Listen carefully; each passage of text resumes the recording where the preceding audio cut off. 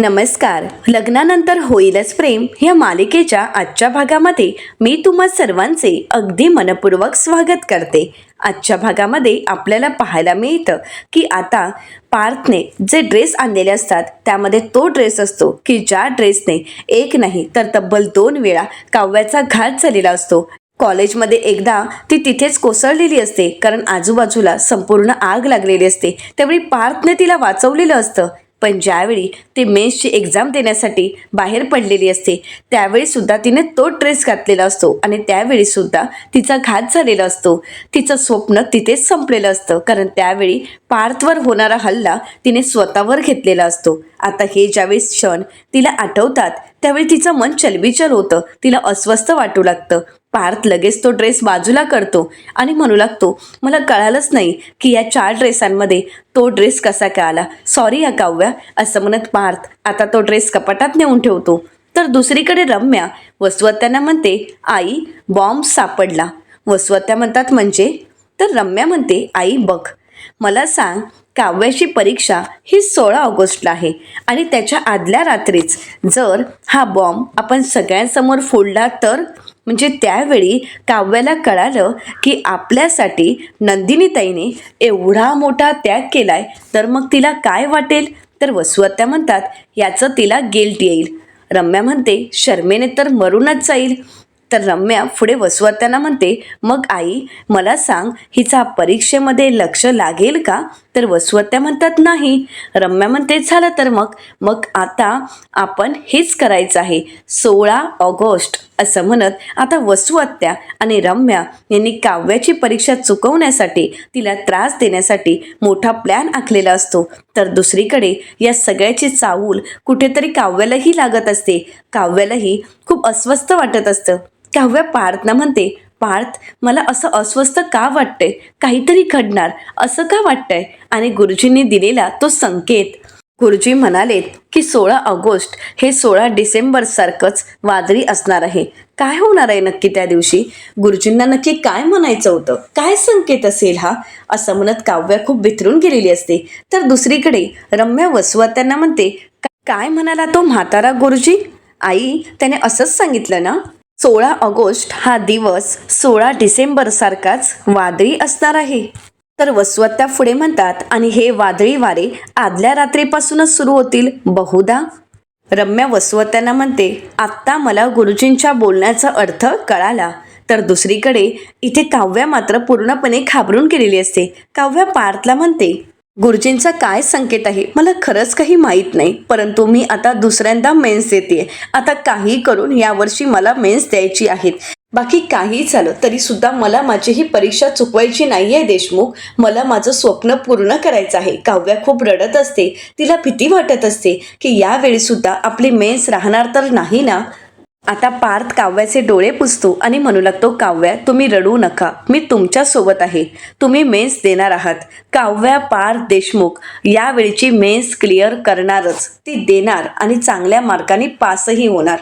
पार्थ काव्याला जवळ घेतो, तिला सावरतो, समजावतो. तर दुसरीकडे रम्याच्या हाती असणारे पुरावे आणि त्या पुराव्यांच्या बळावर रम्या म्हणते की काव्या पार्थ देशमुख मेन्स नापास होणार, हा माझा शब्द आहे.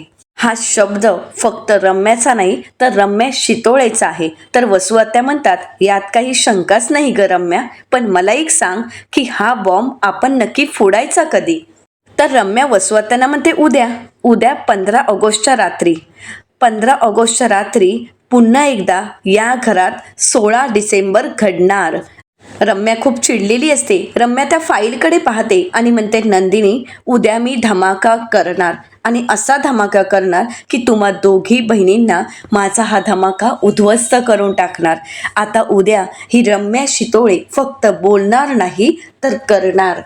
तर दुसरीकडे आर्याच्या घरी आपल्याला पाहायला मिळतं, आर्या आता हळूहळू शुद्धीवर येत असते. जशी आर्या शुद्धीवर येते तशी ती स्वतःला सावरते, उठून बसते आणि आजूबाजूला पाहते तर सगळा पसारा असतो. सगळे कागदपत्र, सगळे डॉक्युमेंट अस्ताव्यस्त टाकलेले असतात. आता आर्या हळूहळू सावरतच ते सगळे डॉक्युमेंट पाहत असते आणि त्याचवेळी आर्याच्या लक्षात येतं की आपली महत्त्वाची फाईल तर आपल्या कपाटात आहे. आता ती फाईल तरी सुरक्षित आहे ना हे पाहण्यासाठी आता आर्या उठून रूमच्या दिशेने निघालेली असते. आर्या आता दरवाजा उघडून पाहते तर तिला धक्काच बसतो, कारण ज्याप्रमाणे हॉल अस्ताव्यस्त असतो तसाच तिचा बेडरूम सुद्धा अस्ताव्यस्त असतो. सगळ्या वस्तू इकडे तिकडे टाकलेल्या असतात आणि त्यावेळी आर्या पाहते तर तिला फाईल कुठेच दिसत नसते. बेडवर टाकलेल्या वस्तू आणि इकडे तिकडे टाकलेल्या सगळ्या वस्तू आर्या पाहते आणि मग म्हणते, फाईल तर कुठेच नाहीये. नाही, असं होऊन चालणार नाही. आणि म्हणूनच आर्याने ज्या ठिकाणी ती फाईल ठेवलेली असते त्या ठिकाणी कपाटातही ती फाईल शोधते. परंतु ज्यावेळी आर्याच्या लक्षात येतं की फाईल कुठेच नाहीये, तेव्हा मात्र आर्या पूर्णपणे कोलमडून गेलेली असते. ती पूर्णपणे घाबरते. तिला या सगळ्याचा खूप मोठा धक्का बसतो. आर्या म्हणते, नाही, असं होऊन नाही चालणार. हे कसं शक्य आहे? म्हणजे फ्यूज चेक करायला आलेली ती बाई माझी ती महत्त्वाची फाईल घेऊन गेली आहे. ती फाईल फक्त माझ्या डॉक्युमेंटची नव्हती, तर त्यामध्ये जन्मीच्या आणि नंदिनीच्या रूममधून चोरून आणलेले डॉक्युमेंट सुद्धा होते. काय दुर्बुद्धी सुचली आणि मी ते डॉक्युमेंट चोरून इथे आणलेत. आता त्यांच्याकडेही डॉक्युमेंट नाहीत आणि माझ्याकडेही नाही आहेत. आणि हे जर नंदिनी आणि जीवाला कळालं तर ते मला माफ करतील का? जन्मीजय तर मला अजिबात माफ करणार नाही. खरंच खूप मोठी चूक केली आहे मी. पण ती फाईल नेऊन त्या बाईचा काय फायदा होणार आहे? ती नक्की कोण होती जिने इथे येऊन माझी ती फाईल चोरण्याचा प्रयत्न केला? त्यासाठी ती माझ्या जीवावर उठली. काय झालं असेल? कोण असेल ती बाई? आता आर्या विचार करू लागते. तर दुसरीकडे देशमुखांच्या घरी आपल्याला पाहायला मिळतं की नंदिनी सुद्धा रूमची आवराआवर करत असते. आता जीवाने अस्ताव्यस्त टाकलेले सगळे कपडे आता नंदिनीने त्याच्या व्यवस्थित घड्या घातलेल्या असतात आणि त्यानंतर ती सगळं व्यवस्थित कपाटात लावून ठेवत असते. आणि त्याचवेळी नंदिनीचं लक्ष पुन्हा एकदा फाईलकडे जातो. नंदिनी ती फाईल हातात घेते. त्यावेळी तिला ते सर्व प्रसंग आठवतात. आर्याचं नंदिनीच्या अचानक रूममध्ये येणं. त्यावेळी नंदिनी तिला म्हणालेली असते, आर्या गं, तू वरती का जातेस? तर आर्या म्हणते, वॉशरूमसाठी. नंदिनी म्हणते, अगं, एवढे जिन्या चढून जायची काय गरज आहे? आपल्या काव्याची रूम खालीच आहे ना, मग त्या रूममध्ये जा. परंतु तरी सुद्धा आर्या नंदिनीच्या नकळत तिच्याच रूममध्ये गेलेली असते आणि नंदिनीने तिला रंगेहात पकडलेलं असतं. तिला विचारलेलं असतं, आर्या, तू इथे काय करतेस? आर्या म्हणते, काही नाही, वॉशरूमसाठी. तर त्यानंतर नंदिनी ती फाईल बघायला घेते. तर त्यावेळी मानिनीताईंनी नंदिनीला आवाज दिलेला असतो. त्यामुळे नंदिनी ती फाईल तशीच ठेवते. परंतु आता तरी ही फाईल चेक करायला हवी म्हणून नंदिनी फाईल पाहते. परंतु आता मात्र नंदिनीला खूप मोठा धक्का बसतो, कारण त्या फाईलमधील पेपर गायब असतात. त्या फाईलमध्ये एकही पेपर नसतो आणि हे पाहून नंदिनीच्या पायाखालची जमीनच सरकते. नंदिनी घाबरते आणि म्हणते, देवा, यात तर मी सरोगसीचे पेपर ठेवले होते. ही तीच फाईल आहे, परंतु पेपर गेलेत कुठे? आता मात्र नंदिनी घाबरतच इतर कुठल्या फाईलमध्ये तर नाही आहेत ना, यासाठी सगळ्या फाईल चेक करायला घेते. ती प्रत्येक फाईल चेक करून पाहत असते, परंतु कोणत्याच फाईलमध्ये ते पेपर सापडत नसतात. आता मात्र नंदिनीला काय करावं काहीच कळत नसतं. नंदिनी पुन्हा एकदा ती फाईल पाहते, परंतु पेपर नसतात आणि म्हणूनच नंदिनी जीवाला हाका मारू लागते. जीवा येताच जीवा विचारतो, काय झालंय? तू एवढी पॅनिक का झाली आहेस? का घाबरली आहेस? नंदिनी अगोदर दरवाजा बंद करून घेते आणि त्यानंतर नंदिनी जीवाला म्हणते, जीवा, आपण या फाईलमध्ये आपण सरोगसीचे पेपर ठेवले होते, पण ते पेपर गायब झाले आहेत. फाईलमध्ये सरोगसीच्या डीलचे पेपरच नाहीये. आता जीवा सुद्धा फाईल चेक करतो, पण जीवाला सुद्धा फाईलमध्ये कुठेच पेपर सापडत नसतात. जीवा म्हणतो, नंदिनी, अगं, हीच फाईल आहे ना? नंदिनी म्हणते, हो जीवा, हीच फाईल आहे. आपण स्वतःहून ती फाईल वेगळी ठेवली होती आणि इतर फाईल सुद्धा मी चेक केले आहेत, पण कुठल्याच फाईलमध्ये ते पेपर नाही आहेत. जीवा म्हणतो, मग पेपर गेलेत कुठे? खरं तर हे पेपर गायब करणाऱ्या आपल्या घरात दोनच व्यक्ती आहेत, एक तर वसू आत्या आणि दुसरी म्हणजे रम्या. तर नंदिनी म्हणते, नाही, वसू आत्या आणि रम्या यांनी जर हे पेपर गायब केले असते तर एवढे दिवस त्या शांत राहिल्याच नसत्या. खरं तर पेपर गायब केल्यानंतरच ते पेपर, ते सत्य त्याने सगळ्यांसमोर आणलं असतं. परंतु गप्प राहणाऱ्या आणि शांत राहणाऱ्या रम्या आणि वसू आत्या नाही, तर तिसरीच व्यक्ती आहेत जिचं मोटिव्ह सुद्धा तेच आहे, तिचं ध्येयच ते आहे आणि मला खात्री आहे की हे पेपर तिनेच घेतले असणार. तर जीवा म्हणतो, म्हणजे तुला काय म्हणायचंय? हे पेपर? तर नंदिनी म्हणते की हो, मला हेच म्हणायचं आहे की हे पेपर आर्याने चोरले आहेत. आता हे ऐकून जीवाला धक्काच बसतो.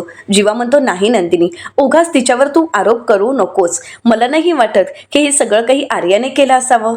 तर नंदिनी म्हणते हो जीवा, तिनेच केलं आहे, नाहीतर डोहाळे जीवनाच्या सकाळपर्यंत ती फाईल आपल्या कपाटातच होती. त्यानंतर आर्या आपल्या रूमच्या दिशेने येत होती, त्यावेळी मी तिला विचारलं, अगं कुठे जातेस? त्यावेळी आर्या म्हणाली वॉशरूमला. पण जर वॉशरूमला जायचं होतं तर तिला मी म्हणाले की इतकी जिने चढण्यापेक्षा तू काव्याच्या रूममध्ये जा. पण त्यावेळी तिने माझं ऐकलं नाही, ती आपल्याच बेडरूममध्ये आली. त्यावेळी मी तिला विचारलं, तू इथे का आलीस? त्यावेळी ती काय म्हणाली की काव्याच्या रूममधला फ्लॅश बंद आहे. तर जीवा म्हणतो मग तिने कारण दिलंय ना? तर नंदिनी म्हणते पण ते कारण खरं असायला हवं ना, कारण ज्यावेळी मी काव्याला साडी द्यायला गेले त्यावेळी काव्या वॉशरूममधूनच बाहेर येत होती. म्हणून मी तिला विचारलं, काव्या फ्लॅश चालू झाला का गं? तर काव्या मला काय म्हणाली, तो बंदच कधी होता? याचा अर्थ आर्या आपल्याशी खोटं बोलतेय. खरं तर आर्याला विचारेन असं म्हणत राहून गेलं, परंतु ही फाईल आर्यानेच चोरली आहे, मला पूर्ण खात्री आहे. जीवा म्हणतो नाही नंदिनी, प्लीज असं काही बोलू नकोस. अगं हा साधा सुद्धा आरोप नाहीये, हा खूप मोठा गंभीर आरोप आहे आणि कुठल्याही पुराव्याशिवाय तू तिच्यावर असा आरोप नको करूस.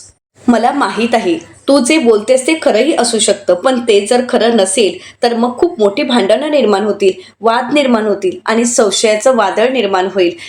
तर नंदिनी म्हणते बरं ठीक आहे, तुम्ही आता तिला फोन करा आला आणि तिला म्हणा की आम्ही तिच्या घरी येतोय. तर जीवा म्हणतो अगं, तर नंदिनी म्हणते हो, आपण तिच्या घरी जाऊयात, तिच्याशी बोलूयात आणि ती जर नाही म्हणाली तर त्यानंतर मात्र आपण दोघांनी मिळून ती फाईल शोधायची आहे.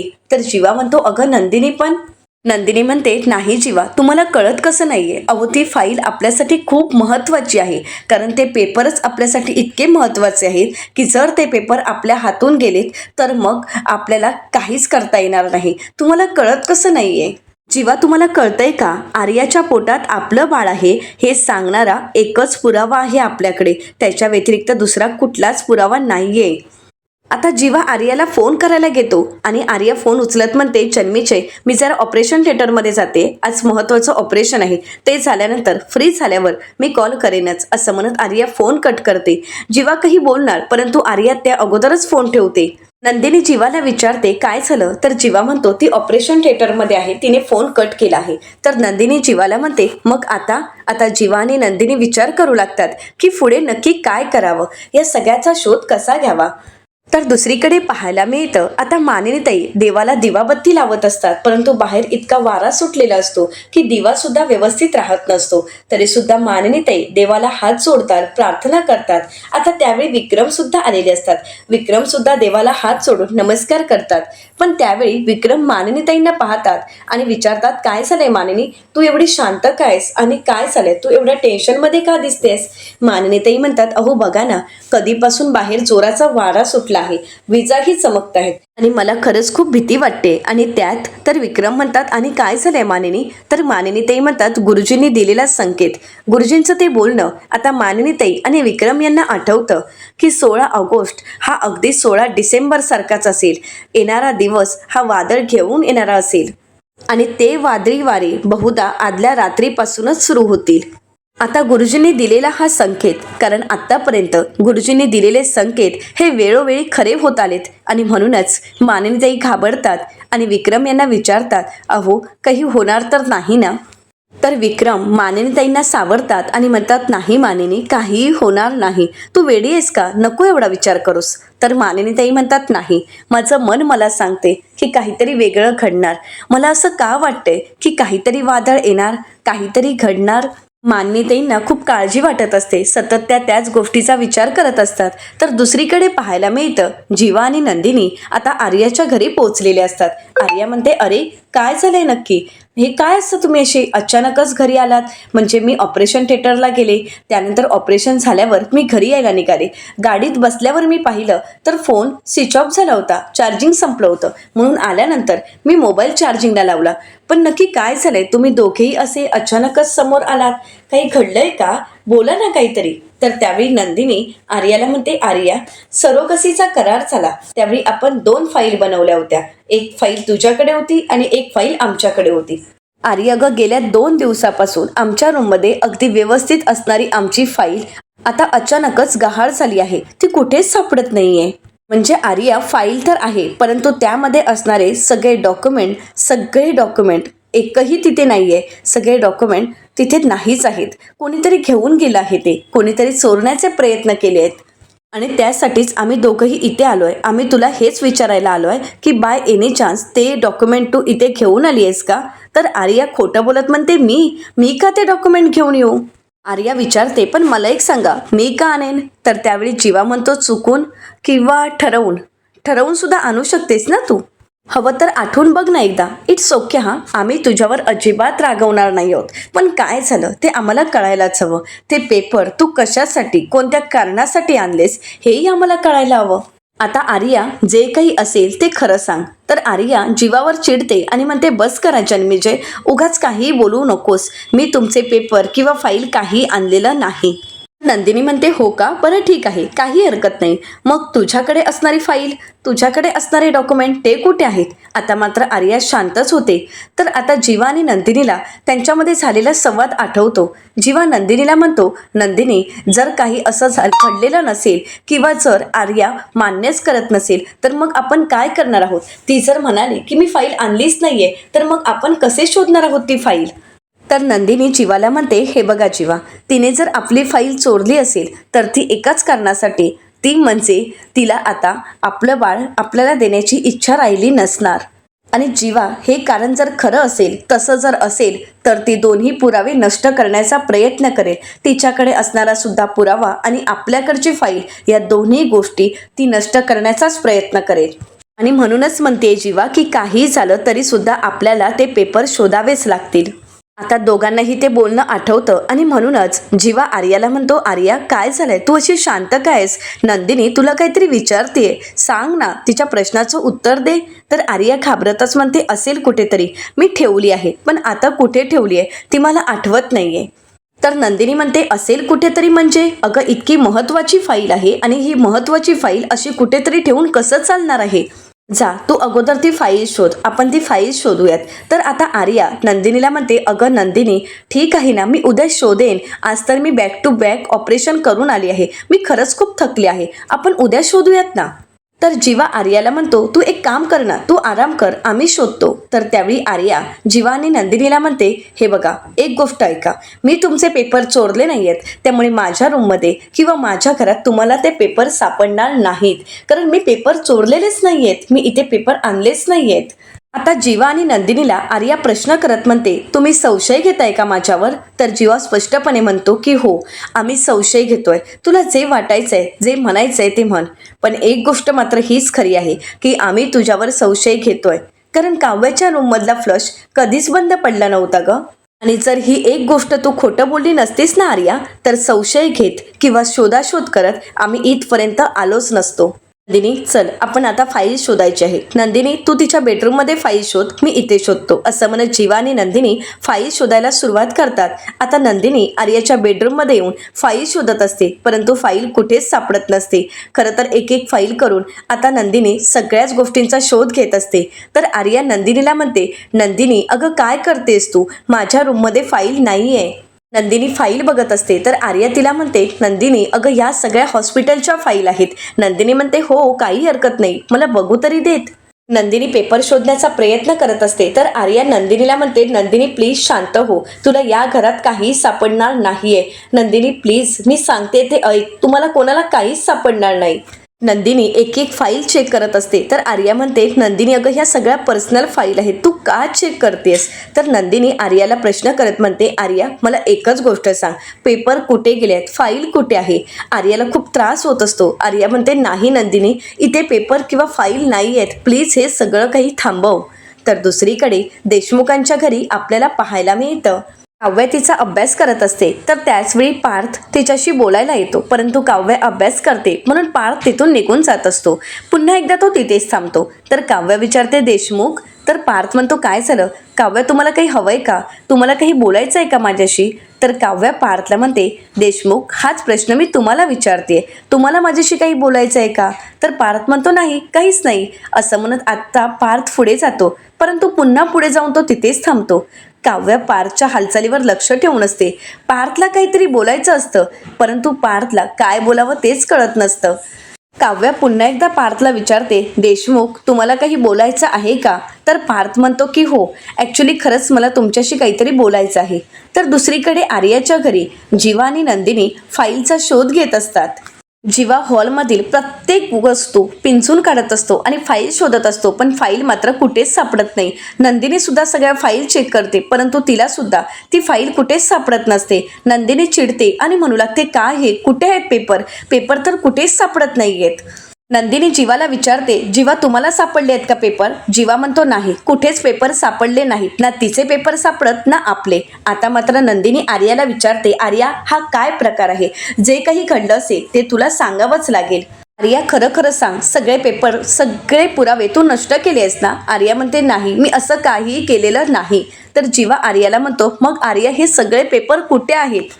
आर्या म्हणते की कदाचित हॉस्पिटलच्या लॉकरमध्ये असतील, आपण उद्या शोधूयात ना. नंदिनी म्हणते, हॉस्पिटलच्या लॉकरमध्ये आहेत ना, मग चल आपण आत्ताच्या आत्ता तिथे जाऊ. चल आपण आत्ता जाऊ आणि पेपर घेऊन येऊ. असं म्हणत नंदिनी आता आर्याचा हात पकडून तिला हॉस्पिटलला घेऊन जात असते. तर दुसरीकडे देशमुखांच्या घरी आपल्याला पाहायला मिळतं, काव्या पार्थला म्हणते, म्हणजे तुम्हाला पण स्वप्न पडत होती? खरंच आता तर मला खूप भीती वाटायला लागली आहे. तर पार्थ म्हणतो, काव्या भीती मला पण वाटते, पण प्लीज तुम्ही काळजी करू नका, असं काहीही घडणार नाही आणि आपण तसं काहीही घडू देणार नाही. पार्थ काव्याला म्हणतो, तुम्ही काळजी करू नका, कारण मी सिद्धिविनायकला तसा नवस बोललो आहे. तुमची परीक्षा आणि तुमची डिलिव्हरी व्यवस्थित झाली की त्यानंतर मी अनवाणी चालत जाणार आहे आणि त्याचं दर्शन घेणार आहे. तर काव्या म्हणते, देशमुख हे काय करताय तुम्ही? तर पार्थ म्हणतो, हे बघ, आता आपण ठरवूयात, आपण असं म्हणत राहूयात की सगळं चांगलं होणार आहे, सगळं छानच होणार आहे, सगळं सुरळीत पार पडणार आहे, अगदी तुमची डिलिव्हरी सुद्धा आणि परीक्षा सुद्धा. असं म्हणत काव्या आणि पार्थ आता चांगला विचार करायचे ठरवतात. आता काव्या आपल्या पोटावर हात ठेवत आपल्या बाळाच्या काळजीपोटी ती सुद्धा विचार करत असते. तर येणाऱ्या पुढील भागामध्ये आपल्याला पाहायला मिळतं, वसुहत्यांनी सत्य सगळ्यांसमोर आणलेलं असतं. काव्या म्हणते, ताई, तर वसुहत्या म्हणतात, हो, तुझी ही ताई, तुमची ही नंदिनी खोटी प्रेग्नेन्सी घेऊन फिरतीये. तर त्यावेळी काव्या चिडते आणि म्हणू लागते, वसुहत्या सांभाळून, माझी ताई कधीही खोटं बोलणार नाही. आता मात्र वसुहत्या चिडतात आणि म्हणतात, हे बघ, खोटं पोट लावते ही. आता मानिनीताई पुढे येतात आणि सनसनीत कानाखाली मारतात, पण मानिनीताई नक्की कोणाला मारतात हे पाहणं अतिशय रंजक ठरणार आहे. आता मालिका इतकी छान रंजक वळणावर आली आहे की तुम्हालाही पाहायला मज्जा येणार आहे. तर अशाच मालिकांचे नवनवीन अपडेट पाहण्यासाठी चॅनलला नक्कीच सबस्क्राईब करा. आजचा व्हिडिओ कसा वाटला हे कमेंट करून नक्कीच कळवा. आजचा व्हिडिओ जर आवडला असेल तर व्हिडिओला लाईक करायलाही विसरू नका. व्हिडिओ पाहिल्याबद्दल तुम्हा सर्वांचे अगदी मनपूर्वक धन्यवाद.